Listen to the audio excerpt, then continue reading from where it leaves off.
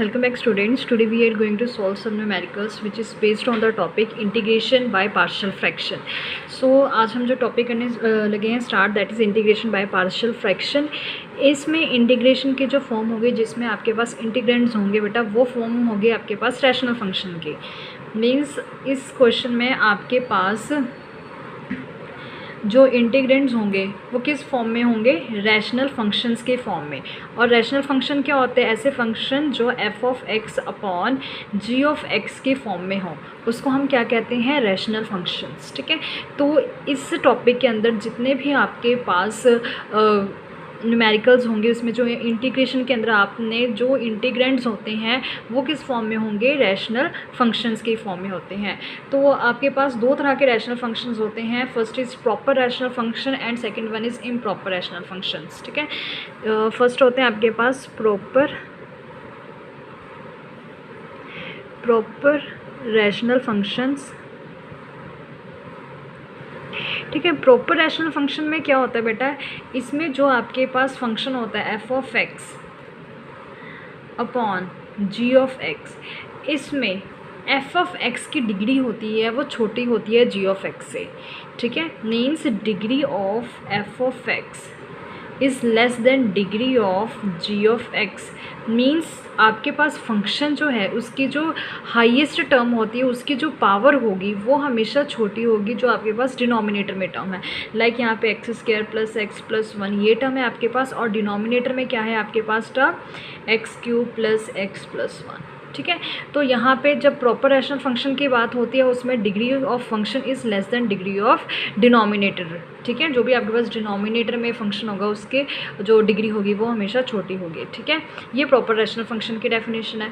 और जो improper rational functions होते हैं, इम्प्रॉपर रैशनल फंक्शंस, यहाँ पे मैं आपको इम्प्रॉपर के बारे में बता देती हूँ पहले. इम्प्रॉपर रैशनल फंक्शन, तो बेटा इम्प्रॉपर रैशनल फंक्शन में जो आपके पास रैशनल फंक्शन होता है f of x upon g of x. ठीक है, इसमें क्या होता है, जो डिग्री होती है न्यूमरेटर में जो फंक्शन हो greater than equals to degree of function in denominator that is g of x. Clear. तो इम्प्रॉपर रैशनल फंक्शन में क्या होता है, जो भी आपके पास न्यूमरेटर में फंक्शन होता है उसकी जो डिग्री होती है वो बड़ी होती है degree of g of x. ठीक है, that means degree of denominator. ठीक है, अब इस टाइप में आपने क्या करना है, आपको सबसे पहले इम्प्रॉपर फंक्शन को प्रॉपर फंक्शन में कन्वर्ट करना होगा. इसके लिए आप क्या करते हो, इसके लिए आप लॉन्ग डिवीज़न वाला मेथड यूज़ करते हो. जब आप लॉन्ग डिवीज़न का मेथड यूज़ कर लोगे जो आपके पास फंक्शन है वो कन्वर्ट किस में हो जाएगी, जो भी आपके पास इम्प्रॉपर फंक्शन होता है वो कन्वर्ट हो जाएगा किसी पॉलिनोमियल में, प्लस यहाँ पे आपके पास कोई प्रॉपर फंक्शन आएगा. क्लियर है. तो ये आपके पास जो फॉर्म है इम्प्रॉपर फंक्शन की है. सो मैंने आपको ये बोला है कि जो इम्प्रॉपर फंक्शन होगा आपको इस फॉर्म में लिखना होगा, एक पॉलिनोमियल प्लस प्रॉपर फंक्शन. तो इसको कन्वर्ट करने का जो मेथड होता है that is long division. Clear, आप लॉन्ग डिवीज़न का मेथड यूज़ करोगे और इम्प्रॉपर फंक्शन को प्रॉपर फंक्शन में कन्वर्ट करोगे. ठीक है, तो लॉन्ग डिवीज़न जो है वो आपने ऑलरेडी 10th क्लास में पॉलिनोमियल के चैप्टर में पढ़ा हुआ है जिसमें आप दो पॉलिनोमियल्स को आपस में डिवाइड करते हो. ठीक है, तो आप इसकी फॉर्म में कैसे लिखोगे वो भी मैं आपको बता देती हूँ. सपोज़ आपके पास कोई फंक्शन है f of x upon g of x. ठीक है, तो आप क्या करोगे, लॉन्ग डिवीज़न करोगे. लॉन्ग डिवीज़न में मतलब क्या होता है कि आपके पास जो डिनोमिनेटर होता है जी एक्स आप उसको बाहर रखते हो, न्यूमरेटर को अंदर रखते हो. ठीक है, कुछ भी आप जो भी आपके पास पॉलिनोमियल होगी उस अकॉर्डिंग आप मल्टीप्लाई करोगे फिर उसको सब्ट्रैक्ट करोगे. ठीक है, तो मैं जनरल फॉर्म लिख देती हूँ यहाँ पे कि आपके पास कोई एक फंक्शन होगा जिसको आप क्वोशंट कहते हैं ना, क्वोशंट यहाँ पे. तो यहाँ पे आपके पास कोई क्वोशंट आएगा और यहाँ पे आपके पास कुछ रिमाइंडर आएगा. क्लियर है. आफ्टर डिवीज़न, ये मैं आपको जर्नल फॉर्म बता रही हूँ. ठीक है, तो आपने क्या करना है, इस फंक्शन को, ये जो आपके पास इम्प्रॉपर फंक्शन आ रहा है, इम्प्रॉपर फंक्शन, तो आपने क्या करना है, यहाँ पे जो इम्प्रॉपर फंक्शन आ रहा है बेटा उसको लिखना है आपने. सबसे पहले आप लिखोगे क्यू एक्स जो भी आपके पास क्वेश्चन में फंक्शन बनेगा, ठीक है, या कोई भी जो भी यहाँ पे पॉलिनोमियल आएगा आपके पास क्यू एक्स का, आप वो पॉलिनोमियल जो है वो यहाँ पे लिख दोगे, ठीक है। यहाँ पे आपके पास कोई एक पॉलिनोमियल बनेगा, वो यहाँ पे लिख दोगे, प्लस यहाँ पे क्या लिखोगे आप, ऊपर रिमाइंडर, जो भी आपके पास रिमाइंडर में फंक्शन बनेगा, ठीक है, जो भी रिमाइंडर में पॉलिनोमियल कांस्टेंट जो भी टर्म आएगी वो आप लिख दोगे। उसको डिवाइड किससे करोगे, जो आपके पास यहाँ डिवाइज़र था, ठीक है, यहाँ पे क्या आ जाएगा, g ऑफ x। तो ये क्या है फॉर्म, ये एक इम्प्रॉपर फंक्शन को लिखने की एक फॉर्म है, क्लियर। अब यहाँ पे आप क्या करोगे, जब आपके पास इंटीग्रेशन सॉल्व करनी होगी तो आप इंटीग्रेशन ऑफ एनी पॉलिनोमियल आप इसको ईजिली सॉल्व कर सकते हो। यहाँ पे आपके पास अब एक ऐसी टर्म बन जाएगी जो क्या होगी, एक प्रॉपर फंक्शन होगी आपके पास, ठीक है, प्रॉपर, आप रैशनल फंक्शन भी बोल सकते हो। यहाँ पे आपके पास अब प्रॉपर रैशनल फंक्शन बनेगा, ठीक है। अब यहाँ पे आप पार्शियल फ्रैक्शन का मेथड जो है वो ईज़िली लगा सकते हो, ठीक है। अब यहाँ पे आप क्या करोगे, पार्शियल फ्रैक्शन का जो मेथड है वो अप्लाई करोगे। तो ये जस्ट एक ओवरव्यू था कि आपने इस एक्सरसाइज के अंदर जो क्वेश्चन है वो किस टाइप के आएंगे, और प्रॉपर फंक्शन होंगे तो आपने डायरेक्ट पार्शियल फ्रैक्शन लगाना है, अगर इम्प्रॉपर फंक्शन होगा तो आपने क्या करना है, पहले उसको polynomial plus proper rational function की फॉर्म में चेंज करना है। तो हम एक न्यूमेरिकल कर लेंगे सो आपको ज़्यादा क्लैरिटी आ जाएगी इस क्वेश्चन की, ठीक है। तो यहाँ पे स्टार्ट करने से पहले मैं कुछ आपको फॉर्मूलेज बता रही हूँ जो आपने इस एक्सरसाइज के अंदर यूज़ करने हैं, ठीक है। सो इस एक्सरसाइज में जो आप फॉर्मूला यूज़ करोगे बेटा, सबसे पहला फॉर्मूला है p x plus q divided by x minus a into x minus b. इसमें क्या है, आपके पास ऊपर कोई लीनियर पॉलिनोमियल हो, ठीक है, आई रिपीट, लीनियर पॉलिनोमियल हो या फिर सिंपल कांस्टेंट टर्म हो, लाइक क्यू आपके पास आ जाए अकेला, एक्स वाली कोई टर्म ना आए। तो इस केस में आप क्या करोगे, नीचे जो भी आपके पास फैक्टर्स बने होंगे आप उसको इस फॉर्म में लिखोगे, a upon x minus a plus b upon x minus b, ठीक है। ये बहुत ही इम्पॉर्टेंट टाइप है आपकी पूरी इंटीग्रेशन में से, बहुत इम्पॉर्टेंट है, इसमें से एक क्वेश्चन जो है वो मोस्टली आ जाता है एग्ज़ाम में, क्लियर है। नेक्स्ट हमारे पास जो टाइप है that is p x q plus p x q upon x minus a whole square. तो इसको इस टाइप में क्या है, आपके पास जो डिनोमिनेटर में टर्म है, यहाँ पे देखो दोनों डिफरेंट फैक्टर्स थे, यहाँ पे सेम फैक्टर बन रहा है, इसलिए आपके पास क्या आ रहा है, होल स्क्वायर आ रहा है। जब आपके पास डिनोमिनेटर में होल स्क्वायर की फॉर्म आ जाए तो आपने इसको चेंज करना है a upon x minus a plus b upon x minus a whole square, clear. तो आप इसको ईजिली इस फॉर्म में जो है वो चेंज कर सकते हो। जितने भी क्वेश्चन करने हैं आपने इस फॉर्म में पहले कन्वर्ट करना है, फिर आपको क्वेश्चन जो है वो इसकी इंटीग्रेशन करोगे, ठीक है। नेक्स्ट है आपके पास third p x square plus q x plus r divided by x minus a into x minus b into x minus c. तो इस टाइप में क्या है, आपके पास न्यूमिनेटर में जो पॉलिनोमियल है उसकी पावर क्या है, 2, मीन्स यहाँ पे आपके पास एक क्वाड्रेटिक पॉलिनोमियल बनेगी, और डिनोमिनेटर में आपके पास जो फैक्टर्स हैं उसमें क्या है, आपके पास 3 फैक्टर्स हैं, ठीक है, 3 फैक्टर्स हैं। तो इसमें क्या होगा, आपके पास जो भी आपके पास टर्म होगी उसको आप a upon x minus a plus b upon x minus b plus c upon x minus c की फॉर्म में लिखोगे।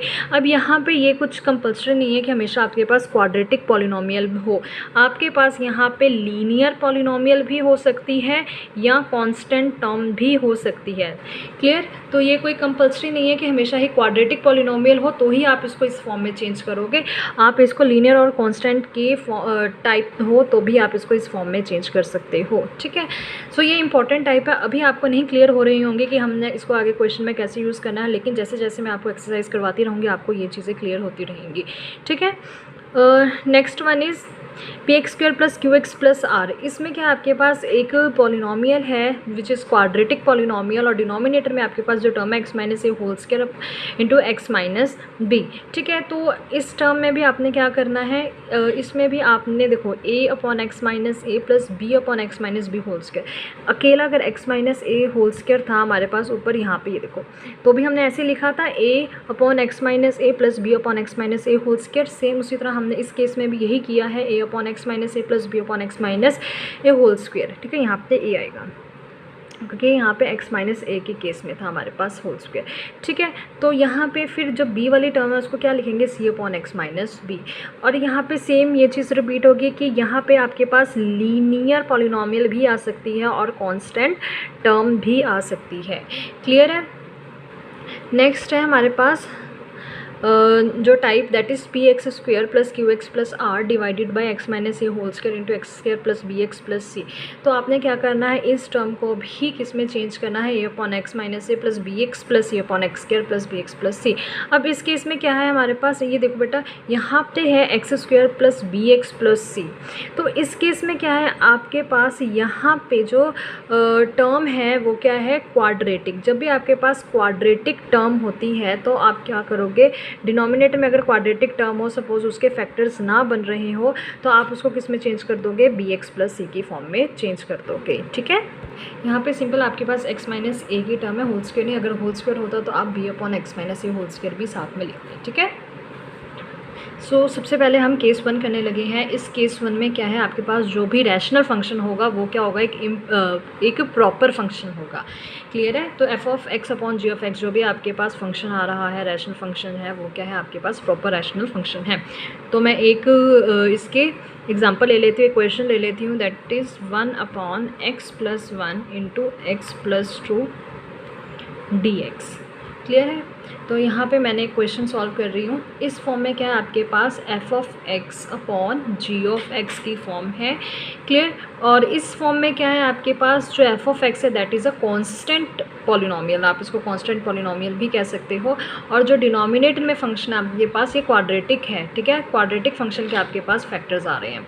तो हमने टाइप 1 पढ़ी थी, मैं आपको टाइप 1 बता देती हूँ। ये देखो, यहाँ पे हमने टाइप 1 देखो, यहाँ पे ये पढ़ा था ना कि अगर आपके पास ऊपर लीनियर पॉलिनोमियल है और नीचे 2 फैक्टर्स बनते हैं तो आप उसको किस फॉर्म में लिखोगे, a upon x minus a plus b upon x minus b. तो यहाँ पे अगर लीनियर टर्म दी हुई है दैट मीन्स कि आप यहाँ पे कांस्टेंट पॉलिनोमियल भी यूज़ कर सकते हो। ठीक है, लीनियर भी और कांस्टेंट भी। ठीक है, सभी केस में आप रिड्यूस कर सकते हो जो पावर है या डिग्री है। ठीक है, जैसे यहाँ पे क्वाड्रेटिक था तो क्वाड्रेटिक को रिड्यूस करोगे तो लीनियर आएगा, लीनियर को रिड्यूस करोगे तो कांस्टेंट पॉलिनोमियल आएगा। क्लियर है, इस केस में भी आप यहाँ पे भी क्या कर सकते हो, कांस्टेंट पॉलिनोमियल यूज़ कर सकते हो। ठीक है, ज़रूरी नहीं हमेशा यहाँ पे एक्स की फॉर्म में कोई आपके पास पॉलिनोमियल होगा, यहाँ पे सिंपल कोई कांस्टेंट लाइक 1 2 3 4 कुछ भी गिवन हो सकता है। ठीक है, तो मैंने क्या करना है, a upon x minus a plus b upon x minus b की फॉर्म में जो भी मेरे पास गिवन क्वेश्चन है उसको मैंने लिख लेना है। ठीक है, तो ये देखिए यहाँ पे मेरे पास क्या है, 1 upon x plus 1 upon x plus 2। तो मैं सबसे पहले साइड में इसको लिख रही हूँ, 1 upon x plus 1 into x plus 2। इसको किस फॉर्म में मैं चेंज कर रही हूँ, a upon x plus 1 plus b upon x plus 2।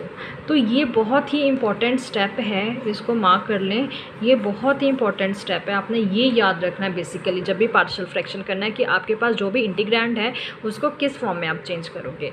ठीक है, अब क्या कर रही हूँ, नेक्स्ट स्टेप पे मैं एलसीएम ले रही हूँ। देखो ध्यान से देखना, 1 upon x plus 1 into x plus 2 is equals to a into x plus 2, यहाँ पे मैंने एलसीएम लिया right hand side, b into x plus 1 divided by x plus 1 into x plus 2। Suppose जैसे हमने यहाँ पे ये कैंसिल कर दिया। ठीक है, डिनोमिनेटर दोनों साइड सेम था तो हमारे पास टर्म क्या आई, 1 इज इक्वल्स टू, अब मैं यहाँ पे ब्रैकेट ओपन कर रही हूँ, a x plus 2a plus b x plus b. Clear है, तो फिर अब आपके पास क्या टर्म आ रही है, 1 इज इक्वल्स टू, अब मैं क्या कर रही हूँ, एक्स के कोफिशिएंट एक साथ कर रही हूँ और कांस्टेंट टर्म एक साथ कर रही हूँ। तो मेरे पास जो टर्म आएगी that is a plus b x plus 2a plus b. तो ये मेरे पास 2 टर्म्स आ गई हैं। ठीक है, एक है एक्स के कोफिशिएंट और एक है कांस्टेंट टर्म। अब आपने क्या करना है, अब आपने कंपेयरिंग करनी है। कंपेयरिंग किसकी करोगे, कांस्टेंट टर्म की और कोफिशिएंट की, एक्स के कोफिशिएंट की। क्लियर, तो देखते हैं हम आगे कैसे करेंगे। देखो इस क्वेश्चन में आपके पास क्या है, इस क्वेश्चन में आपके पास जो टर्म है, जो आपके पास टर्म है वो है 1 is equals to a plus b x plus 2a plus b. अब आपने क्या करना है, कंपेयरिंग करनी है, comparing coefficient of x and constant term. ठीक है, तो लेफ्ट हैंड साइड पे आपको कांस्टेंट टर्म दिख रही है तो मैंने यहाँ पे 1 लिख लिया, is equals to right hand side में कांस्टेंट टर्म क्या है, 2a प्लस बी, तो मैंने 2a प्लस बी लिख लिया। यहाँ पे मैंने किसकी कंपेयरिंग किया है, कांस्टेंट टर्म की, तो मैं यहाँ पे लिख रही हूँ कांस्टेंट टर्म। फिर मैं किसकी कंपेयरिंग कर रही हूँ, कोफिशिएंट ऑफ एक्स की, तो यहाँ पे मैं लिख रही हूँ सिंपल एक्स की, मैं एक्स की कंपेयरिंग कर रही हूँ। यहाँ पे आपको एक्स का कोई कोफिशिएंट दिख रहा है नहीं, दैट मीन्स यहाँ पे अगर एक्स का कोफिशिएंट है वो क्या है, 0, तो लेफ्ट हैंड साइड पे आपको क्या आएगा, 0 इज इक्वल्स टू यहाँ पे आएगा आपके पास जो टर्म है a प्लस बी। क्लियर। अब मैं इन दोनों टर्म्स को, ये आपके पास इक्वेशन नंबर 1 है, ये इक्वेशन नंबर 2 है। क्लियर। अगर मैं यहाँ पे दोनों टर्म को सब्ट्रैक्ट करती हूँ तो मेरे पास यहाँ पे क्या रहा है, 1 इज इक्वल्स टू a, ये कैंसिल हो गया। दैट मीन्स मेरे पास a की वैल्यू क्या आ रही है, इसमें a की वैल्यू मेरे पास आ रही है 1।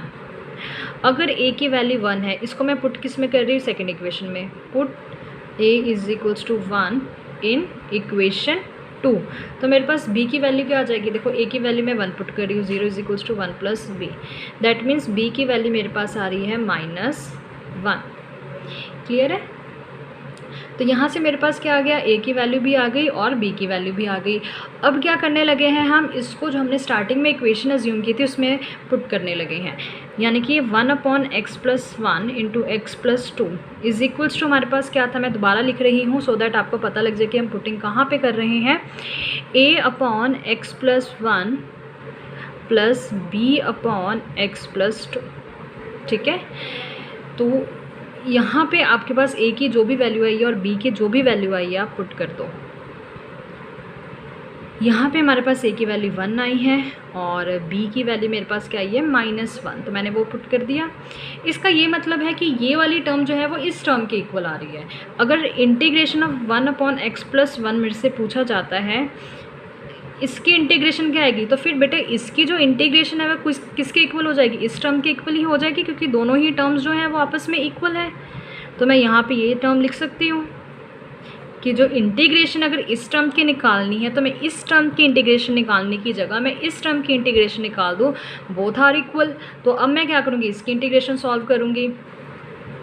तो नेक्स्ट स्टेप में क्या आ जाएगा, integration of 1/x plus 1 dx minus integration of 1/x plus 2 dx। ठीक है। तो इंटीग्रेशन 1/x प्लस 1 की आप लोगों को पता है क्या होती है, log mod of x plus 1 minus इसकी इंटीग्रेशन होगी log mod of x plus 2। Clear.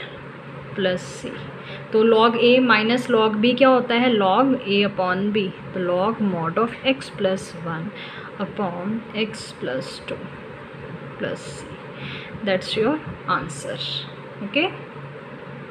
सो इस टाइप के जितने भी क्वेश्चन होंगे जिसमें आपके पास डिनोमिनेटर में फैक्टर बन रहा होगा और न्यूमरेटर में चाहे लीनियर इक्वेशन हो, लीनियर इक्वेशन का मतलब x plus 1 ax plus b वाली टर्म। ठीक है, मैंने जर्नल लिख दी यहाँ पे x प्लस b। तो इस तरह के जितने भी क्वेश्चन हैं ये आप खुद सॉल्व करोगे। ठीक है। तो ये जो है वो आपको मेथड मैंने ऑलरेडी बता दिया है, तो इसी मेथड से आप इस टर्म के जो क्वेश्चन है वो खुद सॉल्व कर सकते हैं।